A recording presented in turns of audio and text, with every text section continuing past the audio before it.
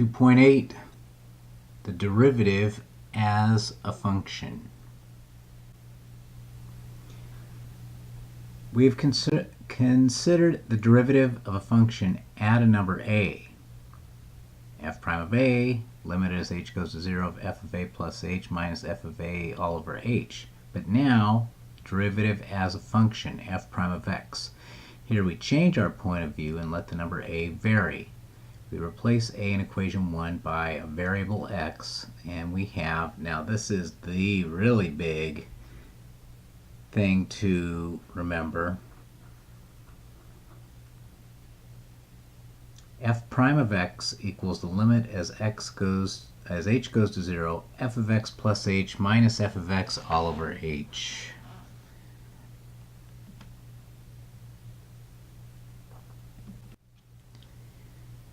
Given any number x for which this limit exists, we assign to x the number f prime of x. So we can regard f prime as a new function called the derivative of f and defined by equation 2. We know that the value of f prime at x, f prime of x, can be interpreted geometrically as the slope of the tangent line to the graph of f at the point x f of x. The function f prime is called the derivative of f because it has been derived from f by the limiting operation here.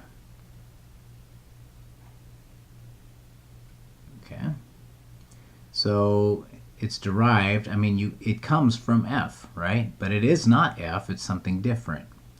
The domain of f prime is the set of all x such that f prime of x exists.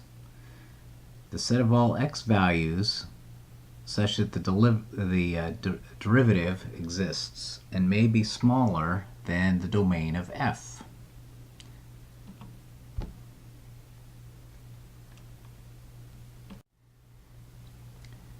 Example.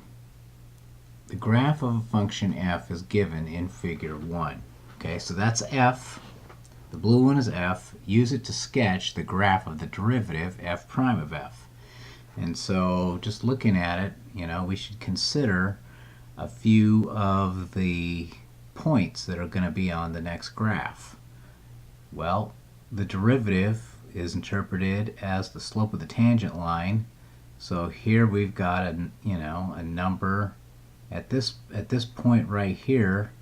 What's the slope of the tangent line? Something like -2. And the x value is, we'll just say -1/2. What's that x value right there? It's probably less. It's probably closer to 0 than that. But there's going to be then a. Oh, that's terrible. Let's see if I can make that look better.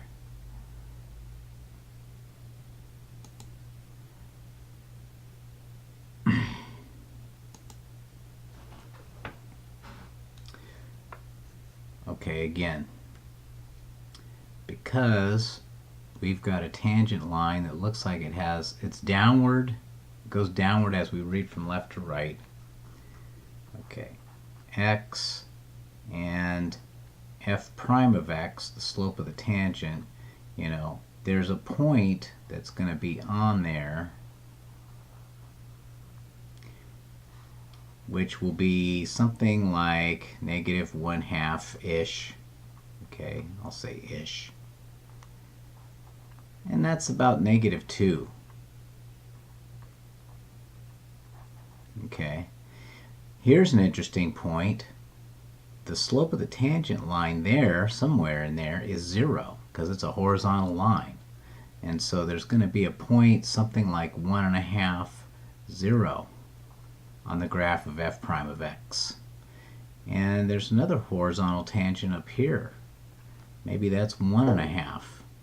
So 1.5, 0. 1.5-ish, 0 will be a point on the graph of the tangent. There's another one like that down there. That's about 3. So when x is about 3, f prime of x is about 0 because you got the slope of the tangent is about 0 because the line is horizontal. And then maybe we'll throw in another point that we think is going to be there. Here's the tangent. The slope of the tangent is about 1. That happens at about x equals 5. And so that doesn't really look tangent, but I'll just make this point really big. And so slope of the tangent at x equals 5 is about 1.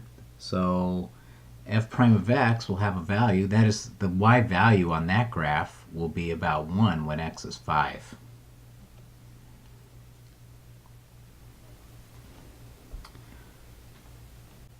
Okay, so it actually was about 1.5 apparently.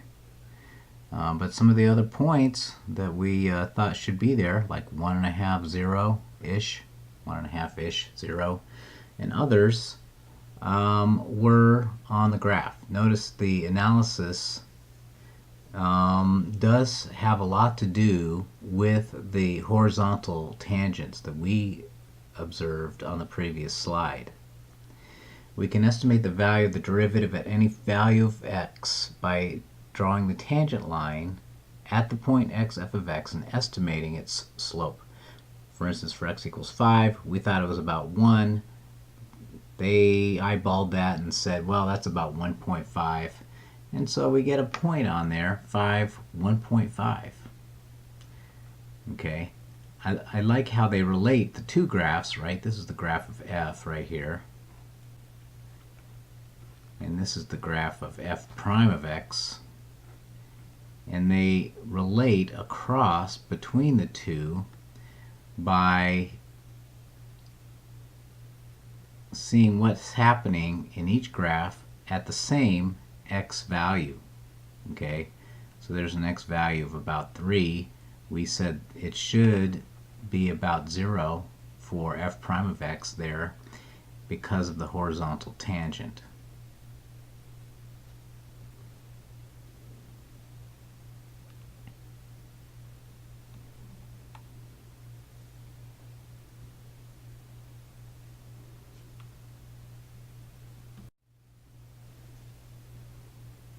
Okay, so 5, 1.5 we got on our graph. Repeating this procedure at several points, we get this pink graph.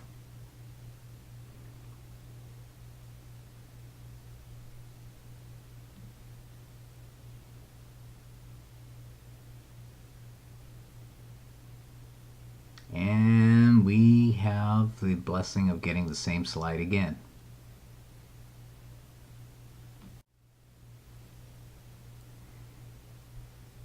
Notice that the tangents at A, B, and C, okay, here's a point A, they are horizontal. Derivative is 0 there. So the graph of f prime crosses the x-axis at those x values. A prime, B prime, C prime directly below. We pointed that out earlier. Between A and B, the tangents have positive slope. Between A and B, okay, the tangents have positive slope. They go uphill as we read from left to right. So f prime of x has to be positive there. Okay, between A prime and B prime, you know, we're above the x-axis over here. But between B and C, the tangents have negative slope, right? Negative slope of the tangents when we're between B and C. Okay, so there's a point on the graph. There's the tangent line. That's why we're down here in the negative values for points in the graph of f prime of x.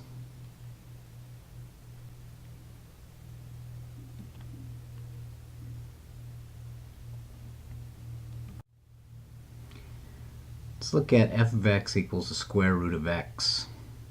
When x is close to 0, square root of x is also close to 0. So f prime of x, which happens to be 1 over the product of 2 and the square root of x. That just happens to be the derivative. Now we did not, you know, figure that, but that is the derivative. Okay, we didn't do it here, but we didn't take the time to do it, but that is the derivative of f. So this thing right here is the derivative of the square rooting function.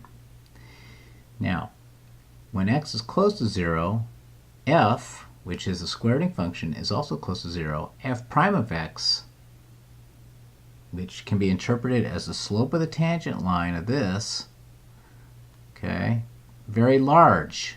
That's a steep slope.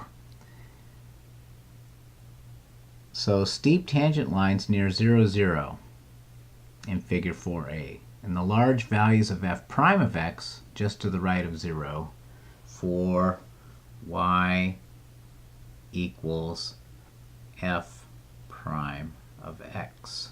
Okay, big values. That corresponds to this slope right here. Okay.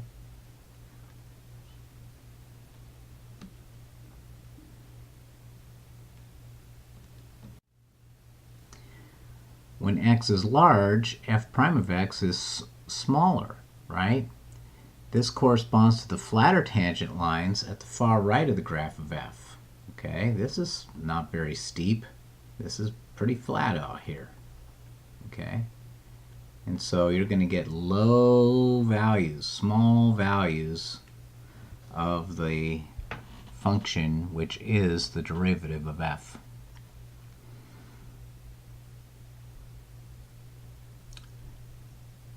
And even a horizontal asymptote, right? The pink graph is approaching the x-axis because those